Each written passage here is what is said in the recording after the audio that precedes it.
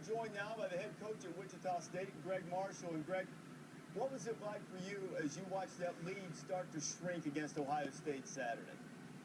I'm thinking I'm going to be the dumbest coach in America. I'm on the precipice of the Final Four with the Wichita State Wheat Shockers, and the next thing you know, we got a little cautious. I mean, we're up 20 with 7, 8 minutes to go, maybe 10 minutes. I don't know. But then they start driving the basketball and really getting to the foul line, and the clock stops moving. And ultimately, though, the couple of young players, Kel Cotton with the big three, and Fred Van Vliet bail us out. What was it about their mindset that allowed them to stay tough during that run by Ohio State? Because at some point, teams normally sort of act as if they're protecting something rather than trying to finish a game. Well, toughness is Jay's writing books on it. I mean, that's what all coaches talk about. It's probably the most overused term in college basketball, or any sport for that matter. But Jay put it in words, and I loved what he did on the internet a couple of years ago. I used it with my team and can't wait to read the book. But this team is tough. It's a cliche, but this team is tough. The stuff that they've been through this year, starting with the seniors that graduated last year, our 5 leading scorers, and then 9 new faces in the fall, losing 3 starters for an extended period of time. They just kept overcoming every adverse situation that was put in front of them, and now here they are, and they get to Gonzaga, and they feel no stress about playing Gonzaga. We felt good about it. My staff does an unbelievable job with.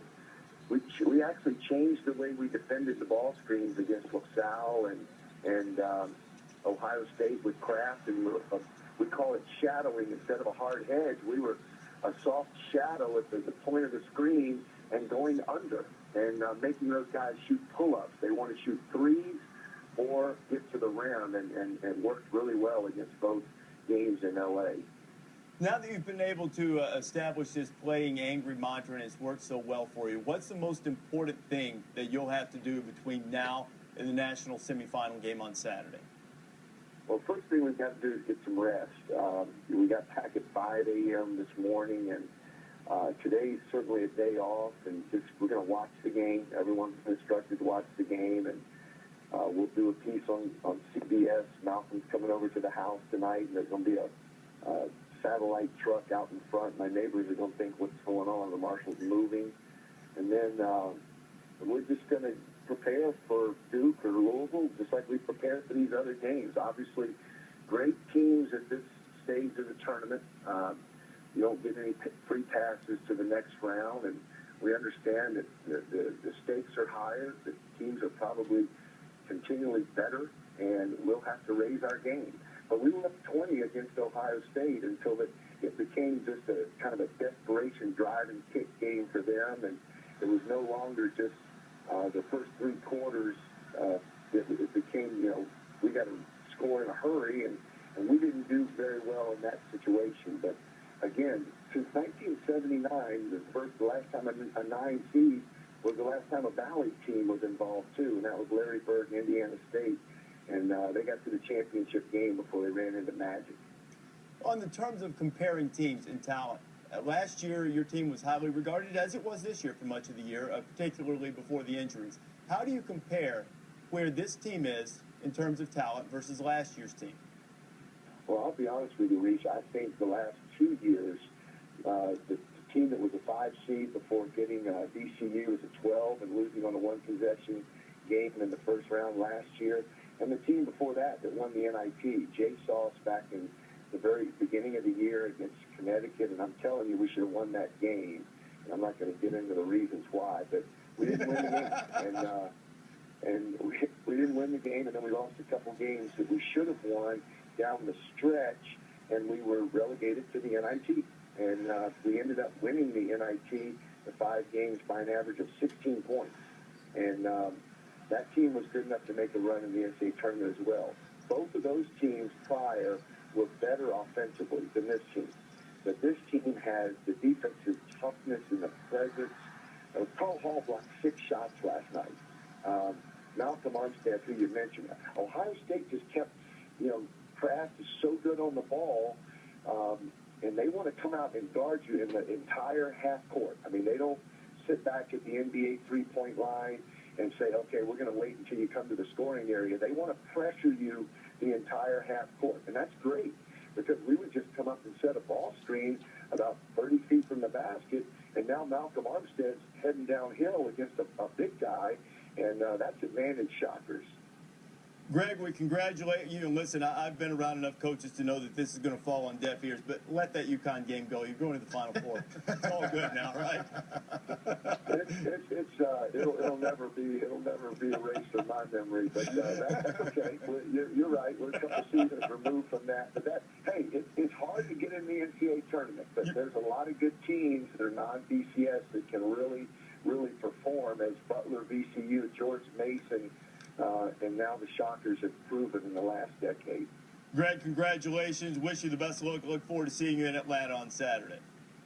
Thanks, guys. Look forward to seeing you. Thanks for having me on. All right, Greg Marshall, the head coach of Wichita State. And joining us now live, Wichita State head coach Greg Marshall, his senior guard Malcolm Armstead. Greg, let's start with you. We talked to you not so long ago, but you guys were up on Ohio State by 20. It was a lead that dwindled to 3, and then you pulled it out. What did you learn about your team, maybe that you didn't know before that time? I thought that we got a little conservative with the basketball. When you're that type of lead, just trying to milk the clock. So then it became hard to score at the end. We also was getting driven and giving some offensive rebounds for easy baskets on the other end. We need to do a better job with that. But this is not something new.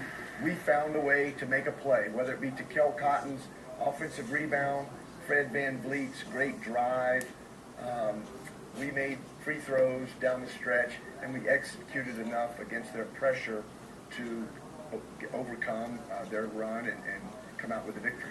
Hey, Coach, congrats to you and Malcolm, obviously, on getting to the Final Four. You said something really interesting in your post-game interview yesterday. You said you felt like you had a good seed in terms of the matchups, and you felt like that Ohio State team and their style was something that gave you confidence. And I think it seemed to show in that first half with the way your team played.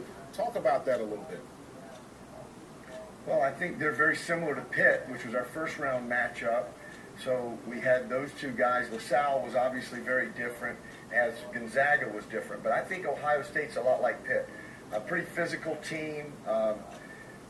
They're going to really defend you, and they're going to get after you. And we had to guard for Trey Woodall for Pitt in the first round, and then it was Deshaun Thomas in the Elite Eight. So I thought it was a good matchup. The more my coaches watched, the more that we thought we could exploit them with the high ball screen, get Malcolm running downhill against Amir Williams, and then if they went small, then no longer are they the big, strong, tough Big Ten team, more of a team that we could match up with, and we were actually playing as small as we have all season long against them at the end.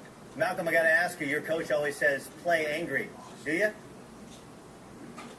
I mean, you know, that's part of everything we do. You know, playing angry, playing with energy, toughness, and passion, and desire. That's just what we do. Malcolm, number one, congratulations to both of you guys on a great win. When you got a chance to play against Aaron Craft, who's a terrific player, you took that personal, didn't you? Personal lead. Yeah, I had to. I mean, you know, he's a great on-ball defender. He moves his feet well. He's good with his hands. He's strong. So, I mean, I was ready for the challenge. You guys, I don't know how much you expected to be in Atlanta, but you're going to be there. We look forward to seeing you there, Coach. And Malcolm, congratulations again. Thanks so much for joining us. We appreciate it.